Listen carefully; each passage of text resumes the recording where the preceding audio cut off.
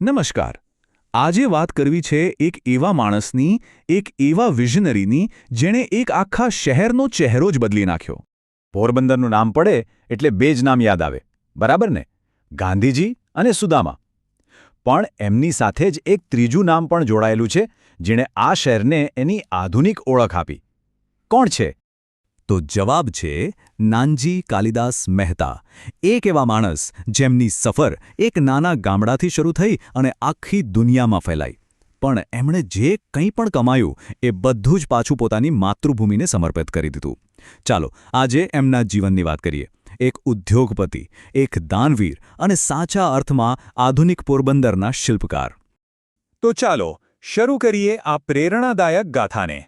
એમની કહાણી કોઈ રાજા મહારાજાની નથી. આ તો વાત છે કે એવા છોકરાની જેની પાસે વારસામાં ધન દોલત નહોતી, પણ આંખોમાં સપના અને હિંમત ભરપૂર હતા. આ ટાઈમલાઈન જુઓ, ખરેખર અદ્ભુત છે. જરા વિચારો, ફક્ત 13 વર્ષની ઉંમર, એક નાનો છોકરો પોતાનું ઘર છોડીને હજારો કિલોમીટર દૂર યુગાન્ડા પહોંચે છે. અને માત્ર 20-25 વર્ષમાં તો એ ત્યાંના શુગર કિંગ અને કોટન કિંગ બની જાય છે. શું ગજબની સફર રહી હશે! આટલી મોટી સફળતા મેળવી, આખી દુનિયામાં એમનો બિઝનેસ ફેલાયો, પણ એમનું દિલ હંમેશા પોરબંદર માટે જ ધબકતું રહ્યું. અને બસ, માતૃભૂમિ માટેનો આ જ લગાવ એમના જીવનના સૌથી મોટા કામનો પાયો બન્યો. તો સવાલ એ છે કે આફ્રિકામાં સામ્રાજ્ય બનાવનાર આ માણસ પોરબંદરના શિલ્પકાર કઈ રીતે બન્યા? ચાલો જોઈએ એમણે પોતાના વતન માટે શું શું કર્યું. નાનજીભાઈની એક વિચારસરણી બહુ સ્પષ્ટ હતી. એ માનતા કે સમાજને આગળ વધારવો હોય તો સ્ત્રીઓને ભણાવવી જ પડશે. અને આ જ વિચાર એમના સૌથી ક્રાંતિકારી કામનો પાયો બન્યો. એ જમાનાની વાત છે જ્યારે દીકરીઓને ભણાવવાનો કોઈ વિચાર પણ નહોતું કરતું. એવા સમયે નાનજી મહેતાએ એક એવું પગલું ભર્યું જેણે ઇતિહાસ રચી દીધો.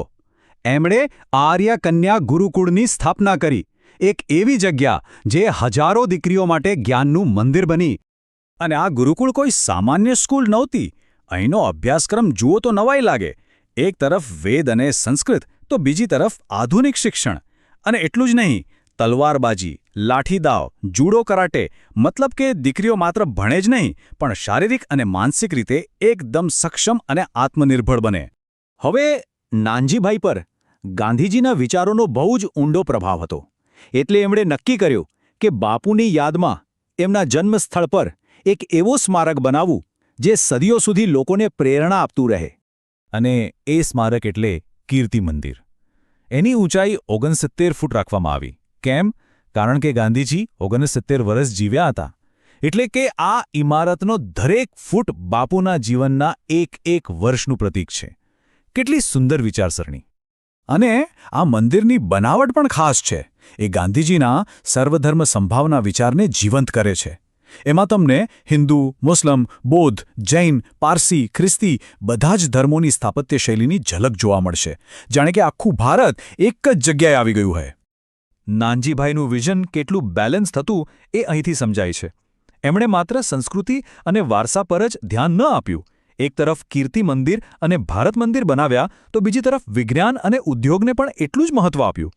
તારા મંદિર અને મહારાણા મિલ્સ એના જ ઉદાહરણ છે. એમણે બે અદ્ભુત જગ્યાઓ બનાવી.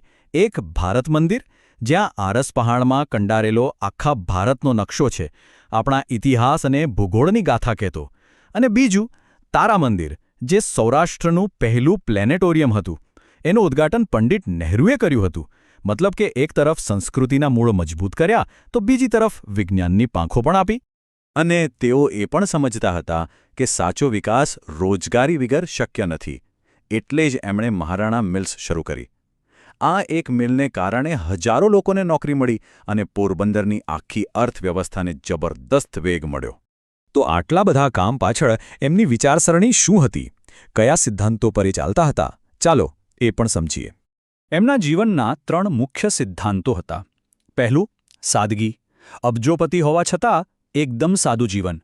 એ માનતા કે પૈસા એમના નથી, સમાજની અમાનત છે. બીજું, દેશભક્તિ. આફ્રિકામાં કમાયા, પણ એ બધું જ પાછું પોતાની માતૃભૂમિમાં લગાવ્યું. અને ત્રીજું, એ આર્ય સમાજના સિદ્ધાંતોમાં માનતા હતા. એટલે કે અંધશ્રદ્ધા નહીં, પણ જ્ઞાન અને તર્ક પર ભાર મૂકતા. 1969માં નાનજીભાઈનું અવસાન થયું, પણ એમણે જે વારસો છોડ્યો છે એ આજે પણ જીવંત છે. એમનું કામ અટક્યું નથી. અને સૌથી સારી વાત એ છે કે આ વારસો માત્ર ઇમારતોમાં જ નથી, એમના પરિવારમાં પણ જીવંત છે. એમના પછી એમના દીકરા મહેન્દ્ર મહેતા અને હવે એમના પૌત્ર જય મહેતા અને એમનો પરિવાર, આ બધા જ એ સેવાના કામને એટલી જ લગનથી આગળ વધારી રહ્યા છે.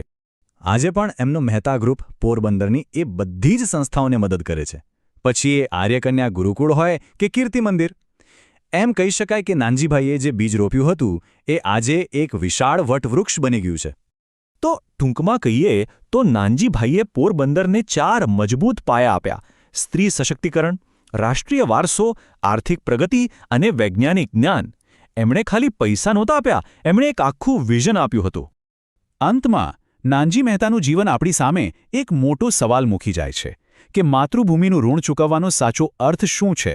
અને કદાચ એમનું જીવન જ એનો જવાબ છે. જે જગ્યાએથી આપણે આવ્યા છીએ એને કંઈક પાછું આપવું, એ જ સાચી સેવા છે.